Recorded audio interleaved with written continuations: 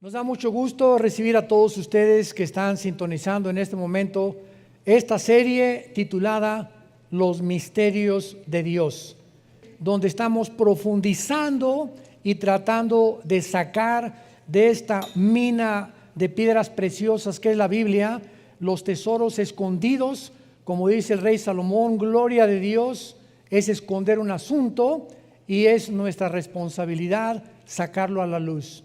Así que Dios encripta, esconde tesoros, revelaciones en lenguaje metafórico, simbólico, para que nosotros tengamos la diligencia, la perseverancia de estar escudriñando, profundizando y no leyendo ya superficialmente las Escrituras. Y cuando de veras nos abocamos a una investigación profunda de la palabra de Dios, no, como dicen los jóvenes, no nos las vamos a acabar, nos vamos a sorprender, vamos a darle gracias a Dios, porque cada día un cristiano siempre tiene que decir: Dios mío, hoy me sorprendiste con esta cosa que ahora entiendo en la Biblia. Y si ya pasó una semana, 2 semanas que no te ha sorprendido con alguna iluminación que Dios te haya dado en tus devocionales de la Biblia, pues la sigues leyendo superficialmente. Vamos a ver ahora el misterio de la serpiente y de Jerusalén. Tal vez no terminemos y la próxima continuaremos, pero es importantísimo lo que vamos nosotros a descubrir. Abran sus Biblias en el capítulo 3 del libro del Génesis. Y antes de entrar en materia, recordemos que otra vez enfatizo, Dios ha encriptado. Dios ha escondido a través de símbolos, de metáforas y de números. Porque hay un lenguaje de Dios en la numerología de la Biblia que se llama gematría, con G de gárgara. Gematría es la rama de la teología que estudia la numerología bíblica. Y como de las 22 consonantes, porque el alfabeto hebreo tiene puras consonantes, no tiene vocales. De estas 22 consonantes que se forman en el alfabeto hebreo, cada una de las vocales tiene un número. Es un ejemplo nada más que les voy a dar ahorita. Por ejemplo, la palabra embarazo en el hebreo tiene 2, 7, 5. Son 3 letras que forman la palabra embarazo en el hebreo. Y son los 275 días del embarazo de una mujer. Increíble. Esto no lo pudieron haber hecho los hombres. Y vemos que todo eso está encriptado. ¿Cómo es posible que exactamente estas palabras estén relacionadas con los 9 meses que tiene una mujer de embarazo? Entonces, esto es solamente un botón de muestra, como decimos. Génesis capítulo 1. En el principio Dios creó los cielos y la tierra. Bereshit ha Elohim asamayin aeretz. Son 7 en el hebreo, son 7 palabras, y la del medio es un menorá. 3 a la izquierda y 3 a la izquierda, y en medio el 7, que es Jesús. Porque 3 a la derecha y 3 a la izquierda del menorá es el número del hombre. Fuimos creados en el sexto día. Y cuando Jesús entra a nuestra vida, pasamos de la mundanalidad a la espiritualidad con Jesús. ¿Qué es lo que significa el menorá? Y es el símbolo de vida nueva para el mundo. Es un menorá, vida nueva para el mundo. Ustedes entienden por qué lo tenemos como símbolo también. Muy bien, estos solamente son botoncitos de muestra. para que de veras se agarren y digan: ah, caray, este está sabroso, ¿verdad? Qué rico está el postre. Muy bien, de la misma manera que esto es claro en el Antiguo y el Nuevo Testamento, en el Nuevo Testamento llega Jesucristo y comienza a hablar en parábolas. ¿Qué son las parábolas? Son comparaciones de cosas terrenales con espirituales o viceversa. Entonces Jesús comienza su ministerio. El sembrador, Mateo 13, salió a sembrar y una semilla cayó junto al camino, otra en espinas, otra en rocas y la cuarta dio fruto. Y la gente que lo escuchaba, ¿qué fue lo que escuchó? La tierra, semilla, un sembrador, espinas y piedras. Y no encontraron más que, qué bonito cuento.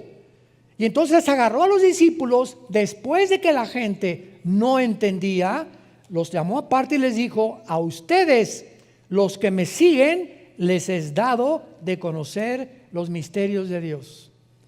Y entonces, aparte a ello, les explica: el sembrador es el que siembra la palabra de Dios, la semilla es la Biblia.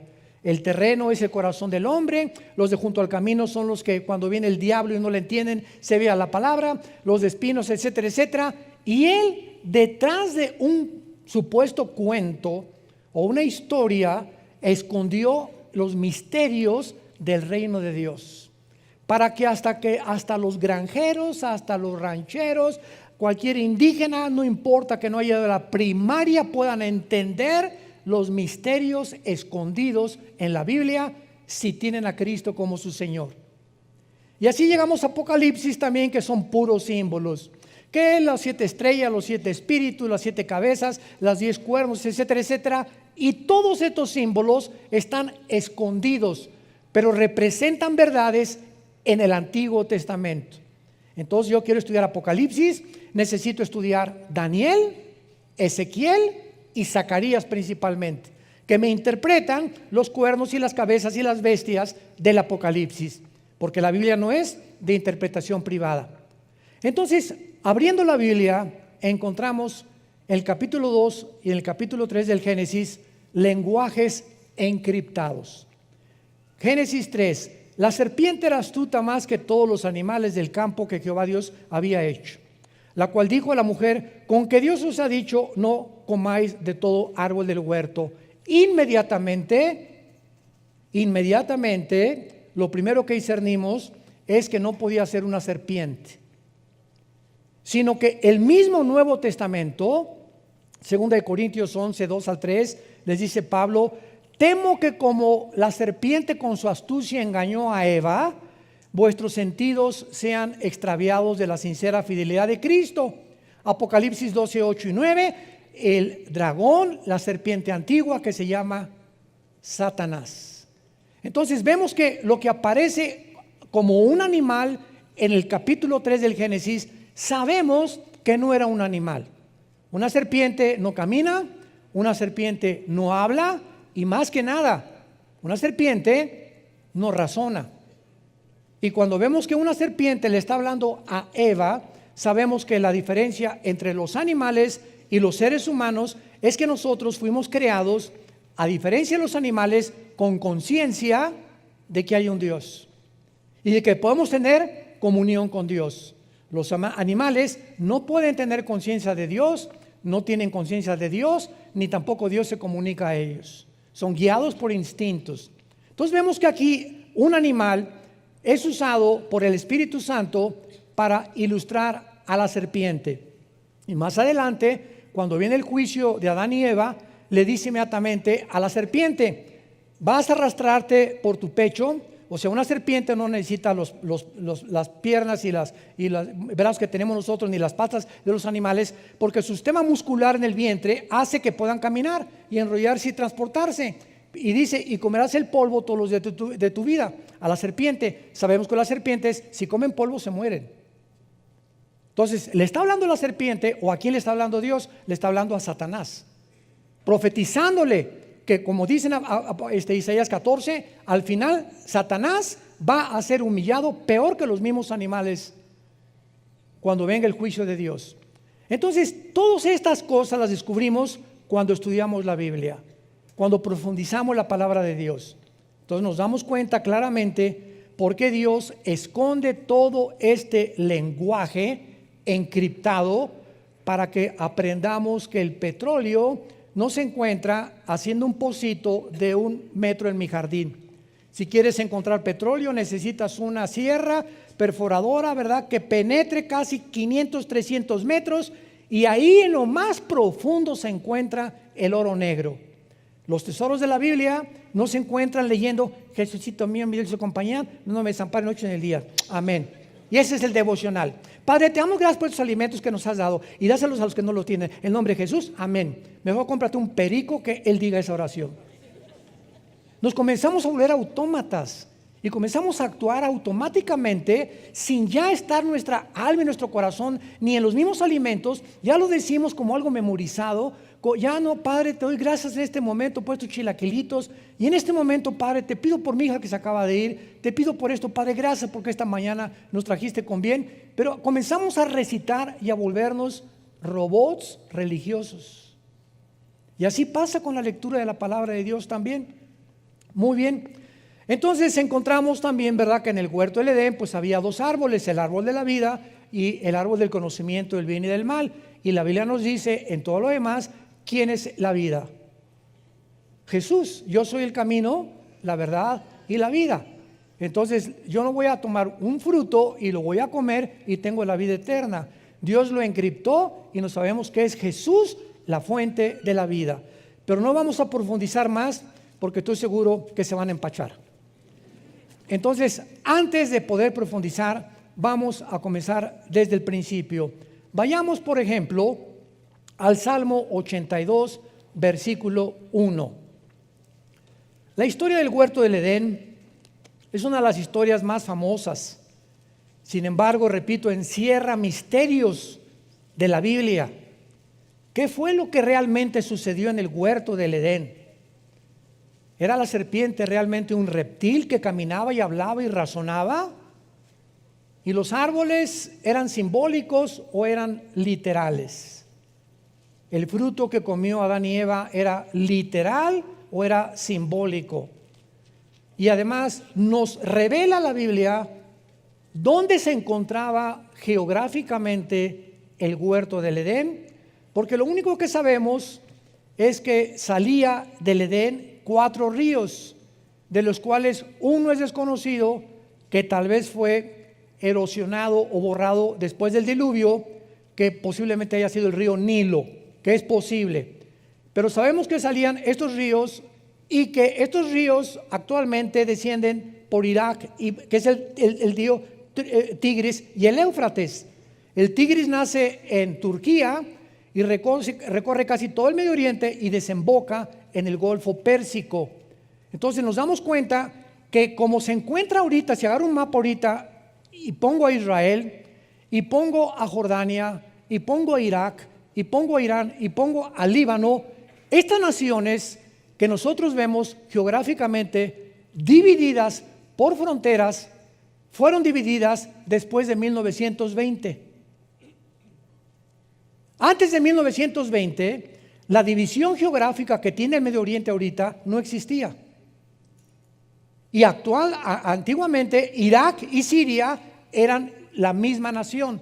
Se le llamaba la nación Asiria y por eso se llama la Mesopotamia. Esto es muy importante. Llega 1922, los ingleses derrocan al imperio turco, al imperio otomano, que tenían el control del Medio Oriente. Los ingleses toman el control del Medio Oriente. Viene la declaración Balfour de los ingleses, proporcionándoles a los judíos el derecho de regresar a la tierra, pero pasaron cientos de cosas que impidieron que regresaran. Y entonces viene la Segunda Guerra Mundial. Hitler mata a 6 millones y ante este espectáculo, ¿verdad?, nos damos cuenta que comienza el Medio Oriente a ser dividido y todas las naciones que forman ahorita el Medio Oriente, de 1925 a 1950, 48, 50, fueron divididas por las Naciones Unidas. Entonces, cuando hablamos nosotros del jardín del Edén, que se encuentra cerca del Tigris y el Éufrates, se encontrará en Irak, pegadito con la frontera con Israel, o se encontrará en la ciudad de Jerusalén. ¿Qué nos dice la Biblia? ¿Dónde se encontraba el jardín del Edén? Porque en el jardín del Edén, escúchenme, fue el primer lugar donde Dios se comunica con el ser humano. El primer lugar geográfico donde Dios se comunica con el ser humano. Después se rompe la comunión del ser humano con Dios, ¿y qué hace Dios? Dice en Éxodo 25, versículo 8, que Dios les ordena construir el tabernáculo. ¿Para qué? Para que esta comunión que se había roto en el jardín del Edén continuara a través del tabernáculo en el lugar santísimo, donde Dios escogió para morar mientras peregrinaban en el desierto. Después desaparece el tabernáculo y entonces viene el templo de Salomón, que fue el que destruyó antes de Herodes. Herodes lo vuelve a reconstruir otra vez, pero Dios siempre está buscando la manera de tener comunión con nosotros. Y si Dios comenzó en Jerusalén, que posiblemente, vamos a verlo, que Jerusalén tenía el huerto de Getsemaní, lo más seguro que el jardín del Edén se encontraba en el huerto de Getsemaní. Era el lugar donde Dios se encontró con su Hijo y donde fue crucificado, donde comenzó la humanidad y la comunión con Dios. Dios regresará otra vez al mismo lugar a habitar en medio de nosotros. Por lo que podemos asegurar y adelantarnos que es posible, pero tenemos que mostrarlo bíblicamente, porque no es de interpretación privada, que posiblemente el huerto del Edén se encontraba en la ciudad de Jerusalén. Pero antes, más sorpresas. ¿Ya se abrocharon el cinturón? Bueno, Salmo 81. Vamos a ir con calma, porque si no, como dije, decía mi abuelita, te empachaste. ¿Qué es el empacho, verdad? Cuando comemos demasiado y la digestión no se hace posible. ¿Y qué pasa cuando de repente una verdad nos es revelada por el Espíritu Santo y yo no estoy preparado desde antes a comenzar en una orquesta, una sinfónica, hay la obertura? Viene lo del medio y viene un clímax, tan al final la novena sinfonía de Beethoven o la 10ª sinfonía de Beethoven, y viene el clímax. Imagínense que el director comenzara con el ¡pum! Con el clímax, no, ¿verdad? Sino que comienza la sinfónica, tararán, tararán, tararán, tararán, y nos va llevando los que aman la música clásica, y siempre en las oberturas y las sinfónicas hay un clímax, los músicos lo saben. Y así nos lleva Dios. No nos lleva Dios y nos dice a un niño de 3 años, ¿cuánto es la raíz cuadrada de 27? Y el niño, ¿perdón? Apenas sabe multiplicar y dividir. Entonces, así es la Biblia. Cuando hablamos de muchas cosas demasiado profundas, que ya estamos grandecitos para aprenderlas, es cuando comenzamos a girar, y si no explicamos desde la A, la B, la C y la D, se empachan. No hay una palabra teológica para esto, más que se marean o les cayó mal o no han digerido espiritualmente lo que la Biblia dice. Romanos 82, Salmo 82. Dios está en la reunión, no oigo. No oigo. No tengan temor, dicen, no le saque. ¿Está en la reunión de qué? ¿Nunca te has preguntado eso? ¿Cuáles dioses? ¿Qué acaso Jehová, Dios, Deuteronomio 6, del 8 al 10, Shema Yisrael, Adonai Eloheinu, Adonai Echad, oye Israel, el Señor Dios Jehová tu Dios uno es? ¿Qué no es uno Dios? ¿Quiénes son estos dioses que continuamente habla la Biblia? ¿Y cómo es posible que diga que Dios, porque apúntalo, la palabra Dios es Eloah, y cuando se le pone el I-N, Elohim, es plural? Entonces, aquí encontramos al Dios singular en medio de dioses. Y vamos a ver quiénes son estos dioses que la Biblia menciona, porque dice en medio de los dioses juzga, no dice juzgan. O sea, lo primero que encontramos es la palabra traducida a Dios o Dios es Elohim, que es una de las palabras más usadas en el Antiguo Testamento, porque en Éxodo 2, 21, 6 se traduce jueces. A muchos jueces se les decía dioses. Dioses paganos, Éxodo 18, 11.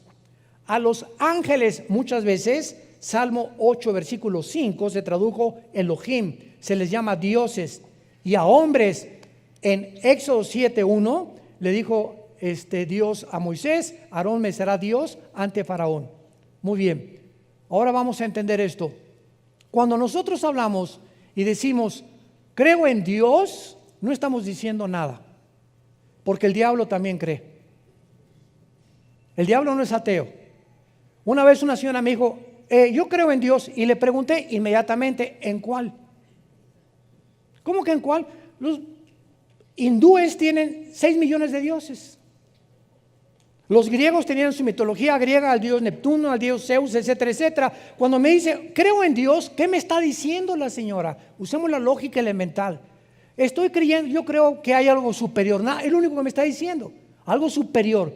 Ok, hay muchas cosas superiores que se les llaman dioses en la Biblia. A los ángeles, a muchos demonios se les llaman dioses. A todas las criaturas divinas Debajo de Dios se les llama dioses. Y hay personas que se les llamaron Elohim también en el Antiguo Testamento. Ahora bien, este término Elohim se aplica también a los ángeles caídos, como a los ángeles obedientes. Y cuando Satanás tienta a Eva, ¿se acuerdan qué le dijo? Serán, pero está en plural, no dice serán como Dios, ahí apúntalo, es Elohim, serán como los dioses. O sea, Satanás dice, hay un mundo, una dimensión invisible en el universo de criaturas que Dios ha creado debajo de él, pero que están bajo el gobierno de Dios, y todas esas criaturas se llaman dioses porque gobiernan o tienen autoridad espiritual. Entonces, lo que le estaba diciendo la serpiente o Satanás a Eva es: tú puedes tener un conocimiento de el que tenemos nosotros allá arriba en el cielo. Y cuando Adán y Eva supuestamente se comen el fruto prohibido, más adelante dice Dios en el capítulo 3, tratemos de impedir que regresen al huerto del Edén, porque si comen del huerto del Edén en estado caído, van a vivir eternamente. Entonces, cuando Dios los saca del huerto del Edén, hace en su misericordia, porque no podían vivir en pecado eternamente. Entonces fue una misericordia de Dios lo que hizo. Pero Dios hace una cosa tremenda en Génesis 3: serán como nosotros, sabiendo el bien y el mal. Si ellos comen otra vez, serán como nosotros, sabiendo el bien y el mal. Fue una parte de la verdad que Satanás le dijo a Eva, mezclada con la mentira. Muy bien, veamos en Deuteronomio capítulo 32, que cuando sacrificaron los mismos judíos que Dios les había prohibido, todas las estatuas y todos los ídolos que todas las culturas a través de la historia han levantado, se les llama dioses. El dios Tlaloc, tu padrino, el dios de los vientos, el dios Zeus. Al diablo se le conoce como un dios también. Entonces, cuando decimos Dios, ¿qué queramos decir? Un ser superior nada más. Entonces, cuando yo digo creo en Dios, no digo nada. Creo en Dios, el Padre de Jesucristo, mi Señor y Salvador. Ya estamos aterrizando. Es el único Dios vivo y verdadero. Los demás no tienen el poder que tiene el único Dios. Y su nombre no es Dios, es Yahweh, que es yo soy el que soy. Ese es el nombre de Dios. No es Pancho, no es Miguel, no es Dios. Él es el Dios y Padre de Jesucristo, o el Padre de Abraham, de Isaac y de Jacob. Así aterrizamos y nos ponemos exactamente en la atmósfera adecuada para poder realmente entender la Biblia y a quién le estamos orando. Porque hay mucha gente que ora, dice a Dios, y le están orando al mismo diablo y a los mismos demonios. Lo vamos a comprobar. Deuteronomio 32, versículo 17. Dice Moisés: sacrificaron a los demonios y no a Dios. A dioses, o sea, a los demonios, se le está llamando dioses. A dioses que no habían conocido, a nuevos dioses, otra vez ponle ahí, es Elohim, venidos de cerca, que no habían temido nuestros padres. ¿Ya van avanzando? Ya van descubriendo que esa palabra Elohim no habla más que en plural de dioses, y Dios singular Eloah. Cuando es el in aumenta el plural en el hebreo. Entonces nos damos cuenta que cuando muchas personas se hincan delante de una estatua, de una virgen o de un santo, o si, esta, nuestra hija Natalia, que acaba de casarse, se fueron a Bali en luna de miel. Me dice: papá, es el lugar más barato de México, de más que la Riviera Maya. En Bali, $100 diario con todo incluido en los hoteles, no te imaginas, pero está a casa allá donde nace el aire. Yo le digo a mí, no, que me inviten, me aviento 18 horas en el avión y ¿para qué fui, verdad? Bueno, se fueron para allá y me decía, papá, no te imaginas la cantidad de templos que había por todos lados. Y diferentes estatuas, diferentes ídolos y las, ¿cómo se llama? Las que ponen arriba de las iglesias también. Y bueno, por todos lados, todos estos ídolos y todo Tlaloc y a todo lo que el mundo le llama dioses o implica algo con lo sobrenatural, son demonios. Detrás de esas construcciones, que de alguna forma magnética atraen a esas personas a que los adoren. Entonces, al estarte inclinando detrás de una estatua, sin que tú lo sepas por tu ignorancia, estás adorando dioses espirituales, paganos, que la Biblia le llama demonios. Cuando la mujer samaritana se enfrentó con Cristo, ¿se acuerdan Juan 4? ¿Qué le dijo a la mujer samaritana? A ver, bueno, soy adúltera, parrandera y jugadora. Y tengo 5 maridos. Bien has dicho, y con el que vivía en Amaciato, pero era religiosa. Y a las 12 del día fue a sacar el agua porque las mujeres prostitutas no podían ir a la hora en que las mujeres decentes recogían el agua a las 8 a 10 de la mañana. Por eso se le encontró a las 12 del día. Y Cristo sabía y tenía una cita, Cristo, para encontrarse con esta mujer exactamente en esa hora, donde las peores mujeres iban a recoger el agua, porque Él venía por las pecadoras, no venía por las que se creían sanas. Y la mujer le dijo samaritana a Jesús, es que mis padres adoraron en ese monte, y ustedes los judíos dicen que en Jerusalén. Era samaritana ella, peleados con los judíos. Y Cristo, ¿qué le contesta? Mujer, la hora viene cuando ni acá, ni allá, ni allá, ni en ese templo, ni en esa iglesia, ni acá, ni musulmanes, ni hindúes, en ningún lado se encuentra la adoración, porque mi Padre es espíritu, y los que le adoran en espíritu y en verdad es necesario que le adoren. Pero Jesús, antes de esta explicación, le dice, créeme a mí. ¿Cómo podemos encontrar cuál es la verdadera religión? No hay ninguna verdadera religión. Créele a Jesús. No seguimos ninguna religión. Cuando me dicen en Estados Unidos, en las aplicaciones, ¿a qué religión pertenece? Le pongo ninguna. A ver, venga, ¿para qué oiga, pero usted es pastor, ¿cómo que no? Yo no soy religioso. El cristianismo no es una religión, Señor. Discúlpeme, pero lamento su ignorancia. El cristianismo es una relación personal. Usted puede ser católico, remojado, bautizado, con viernes primero, hindú, etcétera, etcétera, e irse al infierno. La religión no salva a nadie. Jesús vino al mundo para invitarnos a que le abriéramos nuestro corazón y que nos quitara las vendas y guiarnos a la verdad. Y seguimos a un hombre llamado Jesucristo, que fue crucificado, enterrado y resucitado los 3 días.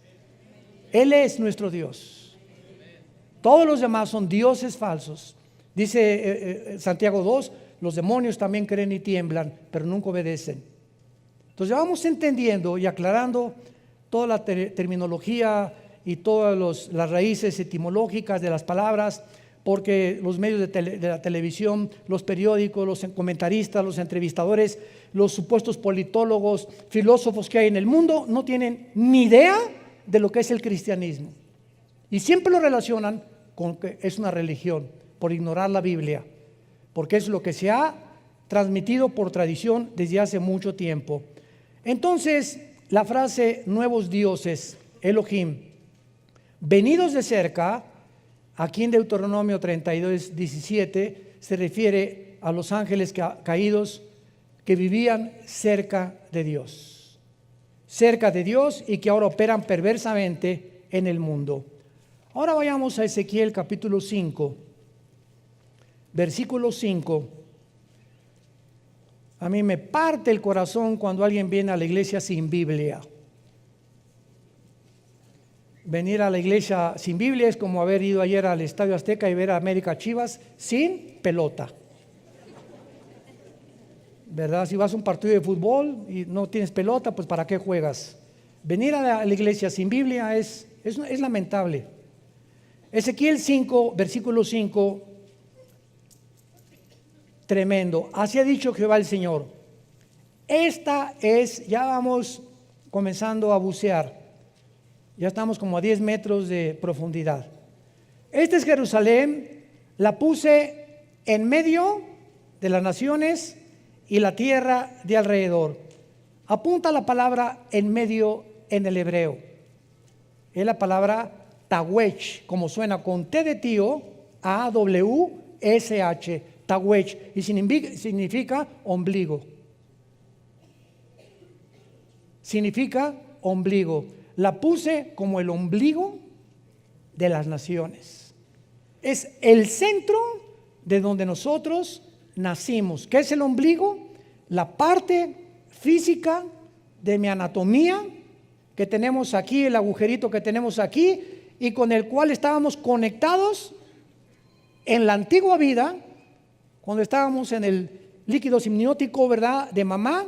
Ahí era lo único que nos conectaba. Y cuando nacemos a esta dimensión y salimos de la dimensión de la matriz de la mamá al mundo, lo primero que hacen es que cortar el cordón umbilical, que ya nos separa de la antigua vida a la nueva vida.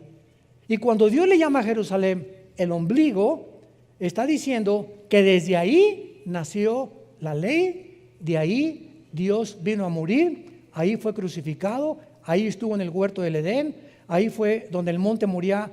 Abraham iba a sacrificar a Isaac. Ahí estuvo el templo de Jerusalén, el templo que está ahorita debajo de la cúpula de la mezquita de Omar. Es el centro de todo, y ahí en Jerusalén comienza la tercera guerra mundial, y en Jerusalén Dios bajará de su tercer cielo a poner su trono en la tierra en Jerusalén. Es el lugar más santo que existe en toda la historia del ser humano. La ciudad más perseguida, más odiada, la más controvertida de todas las cosas,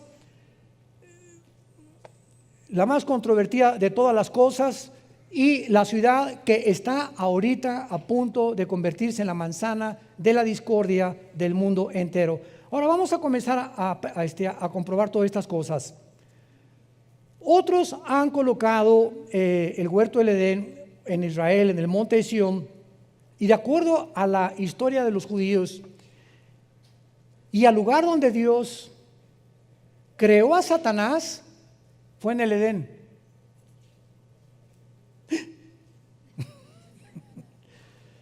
Ezequiel 28, denles una vuelta ahí nada más a las páginas, vayamos al capítulo 28 de Ezequiel.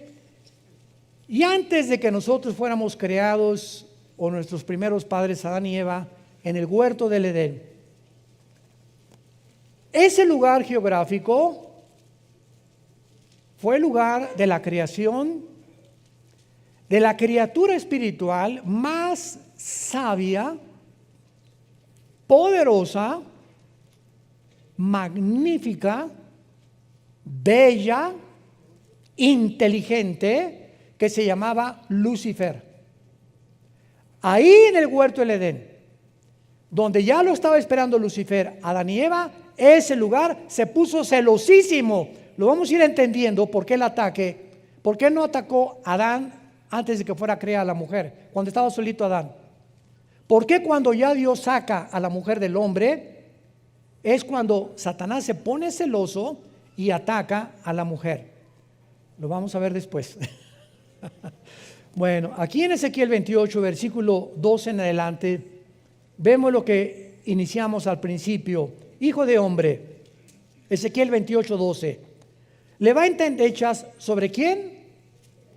Vemos cómo en la Biblia Dios pone al frente reyes o personajes para mostrarnos que detrás de los reyes y de muchos gobernantes se encuentran poderes de las tinieblas manejándolos. Entonces podemos ver a un Hitler, o podemos ver un Saddam Hussein, un José Stalin, ¿verdad? El que tú me quieras mencionar, y vemos al ser humano y los psicólogos, los psiquiatras, Stalin, Hitler, personas sociópatas, esquizofrénicas, paranoicas, todos los adjetivos de la psiquiatría, etcétera, en él. Pero detrás de todos esos adjetivos que descomponen una personalidad o la convierten en un loco, se encuentran poderes de las tinieblas. de acuerdo a la Biblia, operando en ellos. ¿Y por qué esas personas se descompusieron mentalmente y comenzaron a manifestar una insanidad mental, a decir cosas y actuar de manera no coherente, ni lógica, ni racional? Eso no lo entiende la psicología ni la psiquiatría. Y entonces cuando un psiquiatra o un psicólogo, con el respeto que se merecen, trata de ubicar a un paranoico, a un esquizofrénico, a un sociópata, a un psicótico, a una conducta normal, no tienen la terapia para hacerlo más que con chochos, con químicos, Valium, Ecuanil, Prozac, pastillas tranquilizantes. Y tú vas a un hospital psiquiátrico y el 99.9% de todos los pacientes en todos los hospitales psiquiátricos del mundo los tienen drogados. Los tienen que manejar con químicos para poder controlarlos. Porque la condición mental en la que ellos se encuentran no es una condición mental física, es una condición espiritual. Y cuando alguien llega a desvariar o a comenzar a tener una condición de insanidad mental, a decir cosas sin sentido, incoherencias, contradictorias, cuando comenzamos a tener actitudes, en la mañana soy una persona con mi esposa, con mis jefes soy otra persona, en la iglesia tengo cara de San Clodomiro, y en la noche con mis hijos soy otra persona. Hay hombres que tienen 4 personalidades en un día. Se le llama desórdenes múltiples de la personalidad. ¿Y saben ustedes de dónde vienen estos desórdenes? ¿Por qué la persona no es íntegra? Yo soy lo mismo, tengo que ser en la iglesia el mismo, con mi esposa lo mismo, con mis hijos lo mismo, en mi trabajo lo mismo. Es lo que se llama integridad. Y la desintegridad es cuando se desintegra la personalidad. Y cuando venimos a Cristo, Él trata de que seamos íntegros de una sola pieza, porque eso nos da estabilidad mental. Cuando tratas de aparentar o poner una cara que no eres, porque con tus amigos, ja, ja, ja, y esto y el otro, y zapata, y pásamela el tequila, el otro, llegas a la iglesia, santo, santo, santo.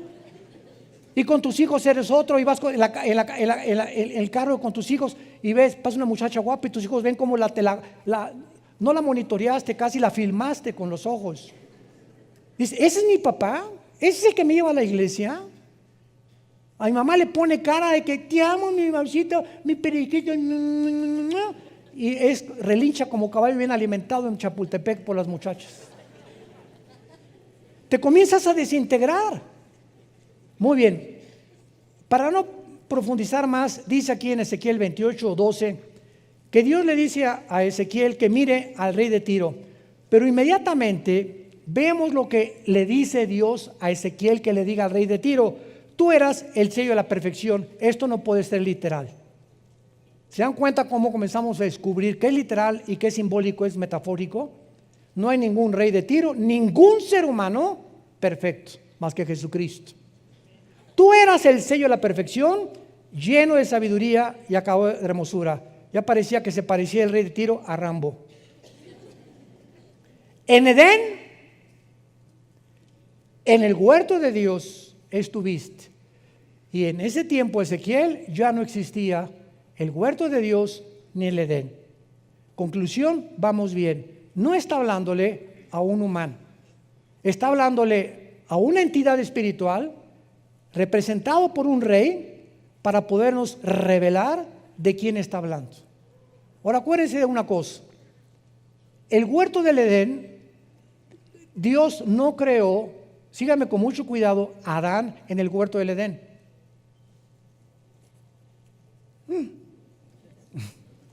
Si leen ustedes capítulo 2 del Génesis, van a ver ustedes que Adán fue creado en el Edén. El Edén es la zona geográfica que cubría tal vez la mitad de la tierra.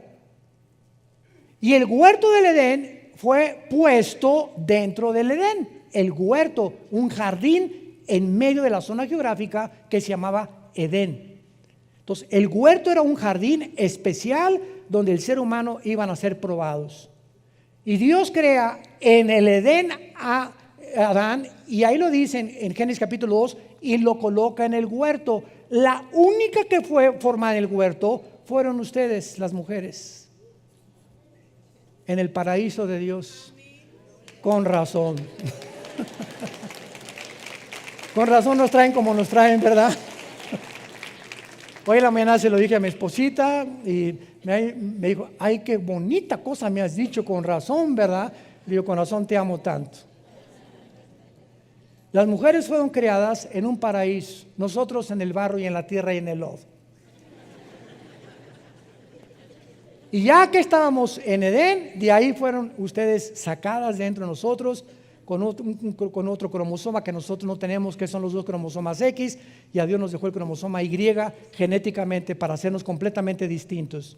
Pero esto es muy interesante, porque cuando venimos a la Biblia y encontramos en Edén, pero no solamente dice, sino que dice en el huerto de Dios, significa que no solamente estaba Lucifer en el Edén, sino que ahí estaba corroborando lo que Génesis 3 dice, en el huerto de Dios. La palabra huerto también se puede traducir como es la palabra Gan, G-A-N en el hebreo, Gan, y es jardín, también se puede traducir el jardín o el huerto de Dios. Pero vayamos más adelante. En Edén, en el huerto de Dios estuviste, está hablando de Lucifer. Ha sido la criatura, el querubín más perfecto, más sabio, más inteligente que Dios creó en el universo. Y vean lo que dice Dios, que Lucifer estaba vestido con piedras preciosas, cornerina, topacio, jaspe, crisólito, berilo, ónice, zafiro, carbunclo, esmeralda y oro. Cuando vemos las vestiduras del sumo sacerdote en el Antiguo Testamento, y cuando él entraba al lugar santísimo en el mes de septiembre, ahorita nos encontramos en el mes de septiembre, octubre, en Tishri, ahorita es Rosh Hashanah, para los judíos, que es la fiesta de las trompetas. Muchos creen que en esta época es cuando Cristo viene en el arrebatamiento. Muchos creen, no estoy seguro, puede ser o no puede ser, pero no sabemos eso, no podemos ser dogmáticos. Pero cuando el sacerdote entraba al lugar santísimo en este mes de Tishri, entraba con una fila de piedras preciosas, y son las piedras preciosas que usaba Satanás. Son exactamente las piedras que encontramos aquí también. ¿Qué nos habla esto? Que Satanás, antes de caer, no era su nombre. Satanás significa adversario, si lo quieres apuntar, en el hebreo Satán. La palabra diablo tampoco es su nombre. La palabra diabolos en el griego significa el que acusa o el que calumnia, pero su nombre es Lucifer. Ese es el nombre de Satanás y del diablo, Lucifer. Los demás son títulos. Entonces, Lucifer, de acuerdo a la Biblia, era o ejercía una especie de sacerdocio en el cielo. Vamos a seguir leyendo.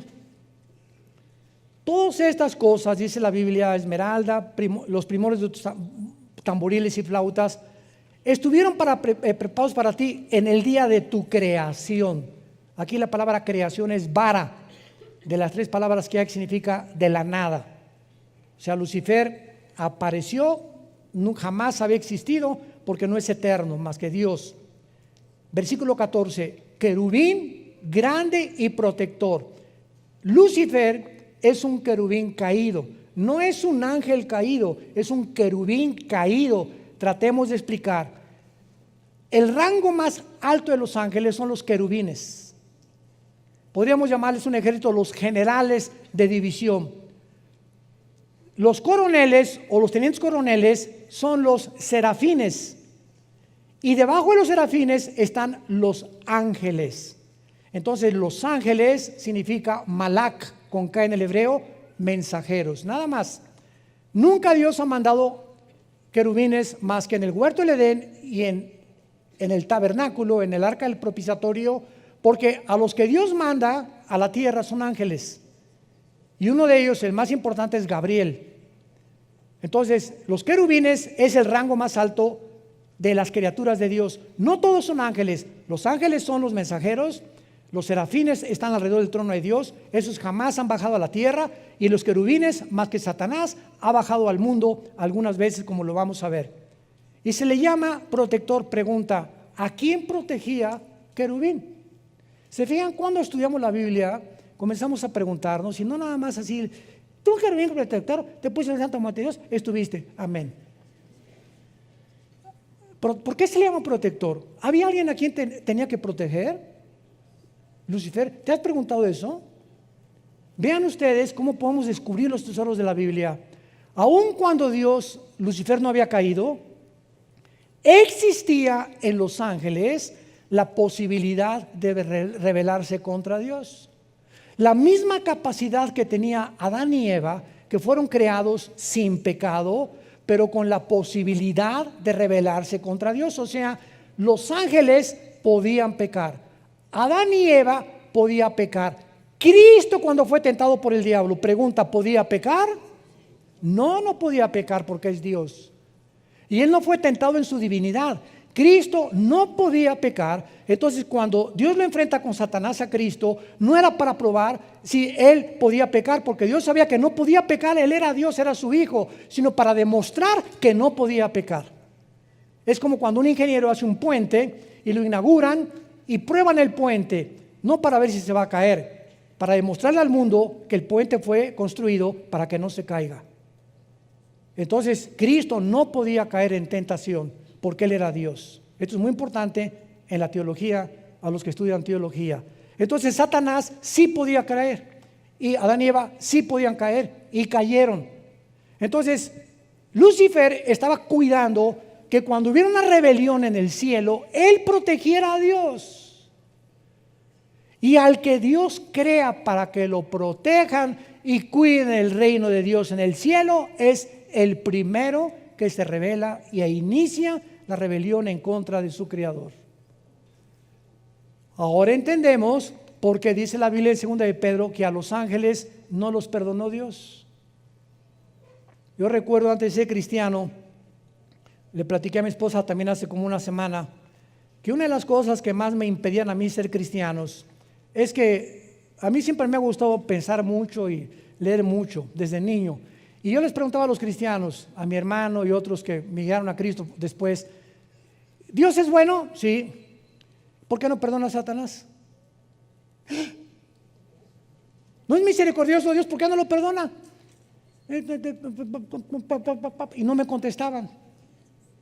Y este hombre se llamaba Giovanni Papini. Es un libro que él escribió, Giovanni Papini, tratando de criticar y de juzgar así. ¿Y por qué si Dios sabía que Lucifer se iba a rebelar? ¿Para qué lo creó? Y son preguntas que requieren respuestas y que las tenemos en la Biblia. Entonces, cuando Dios crea a los ángeles, no crea a una entidad espiritual o entidades robots. Tenían que tener la capacidad de elegir libremente. Y como ellos fueron creados cerca de Dios y vieron a Dios, a los que mucho se les da, mucho se les pide. Por haber vivido tan cerca de Dios, no los perdonó Dios. Los seres humanos, los cristianos, nunca, dice 1 de Pedro, hemos visto a Dios. Confiamos y creemos en aquel a quien hemos visto. Vivimos por fe. ¿Qué es la fe? La certeza de lo que se espera, la convicción de lo que no se ve. Si lo veo, ya no es fe. Si yo veo un paciente que se levanta en la silla de ruedas, voy a creer. No es cierto, porque la fe no es por la vista, la fe es por el oído. Romanos 10:17.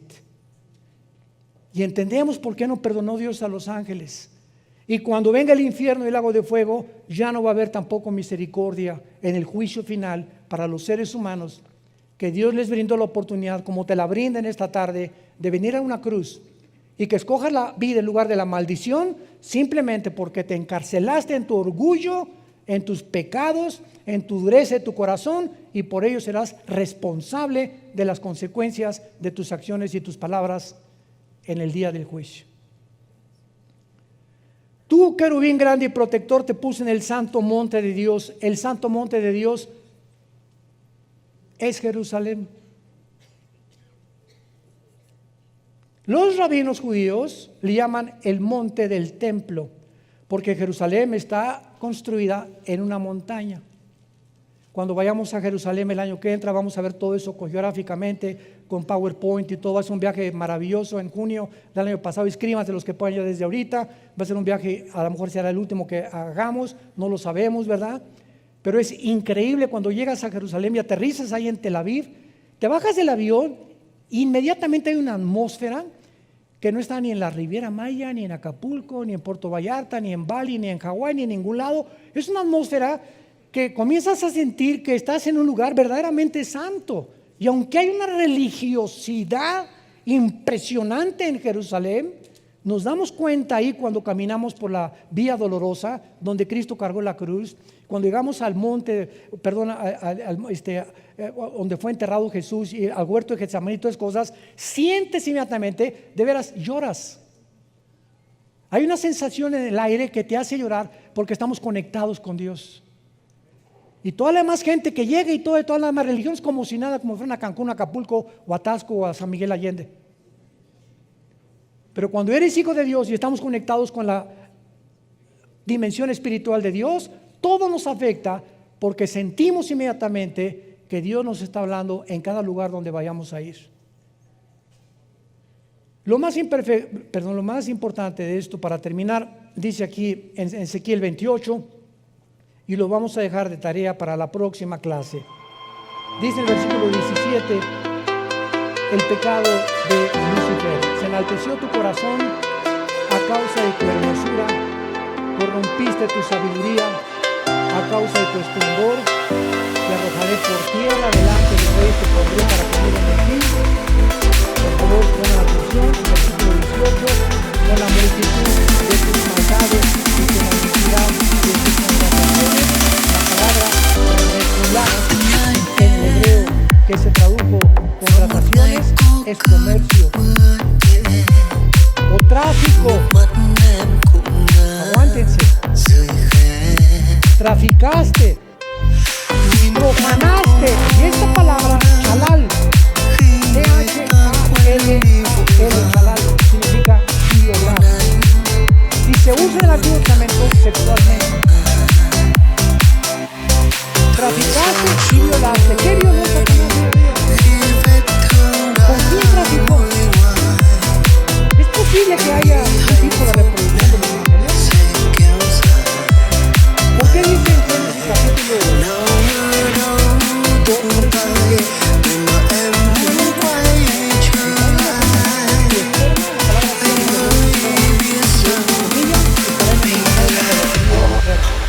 Y nace Caín, y Caín no aparece en la genealogía de Lucas ni de Mateo como hijo de Adán. Desaparece el mapa Caín. Habrá sido realmente como dice primero de Mateo, era hijo de David. Caín, de alguna manera traía la semilla de él. Nuestra naturaleza, consideramos pecaminosa, ¿de dónde viene? Porque se transmite genéticamente por los padres.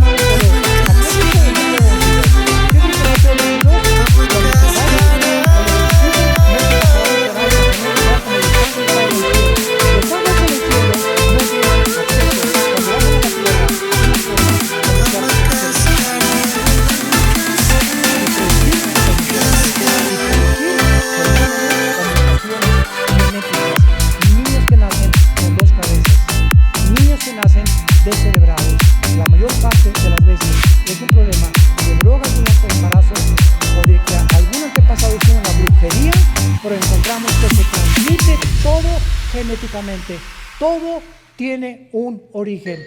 El origen de los árboles, ¿qué es? Una semilla. Ese árbol inmenso estaba concentrado, el volumen de eso en una semilla. Nosotros, ¿cuál fue nuestro origen? Un esperma de mi papá. En un esperma de mi papá, el óvulo de mi mamá, ahí se juntaron, ahí estabas tú y ahí estaba yo. Y míranos ahora.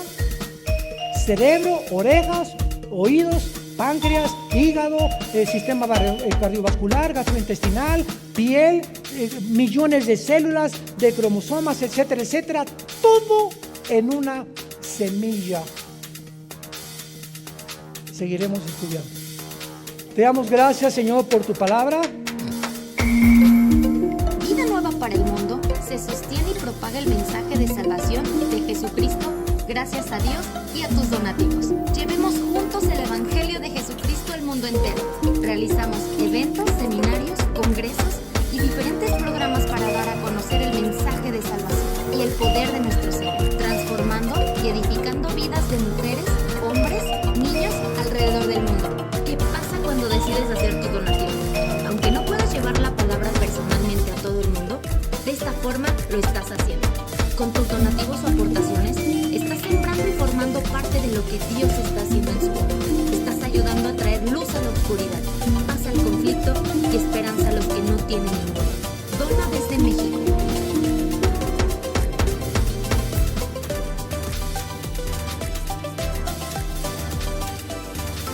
Dona desde Estados Unidos.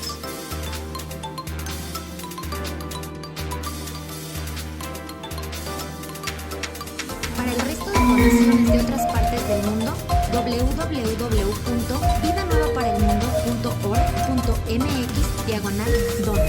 Estamos cumpliendo la gran comisión. Por tanto, vayan y hagan discípulos a todas las naciones, bautizándolos en el nombre del Padre, del Hijo y del Espíritu Santo, enseñándoles que guarden todas las cosas que les he mandado. Y he aquí que yo estoy con ustedes todos los días hasta el fin del mundo.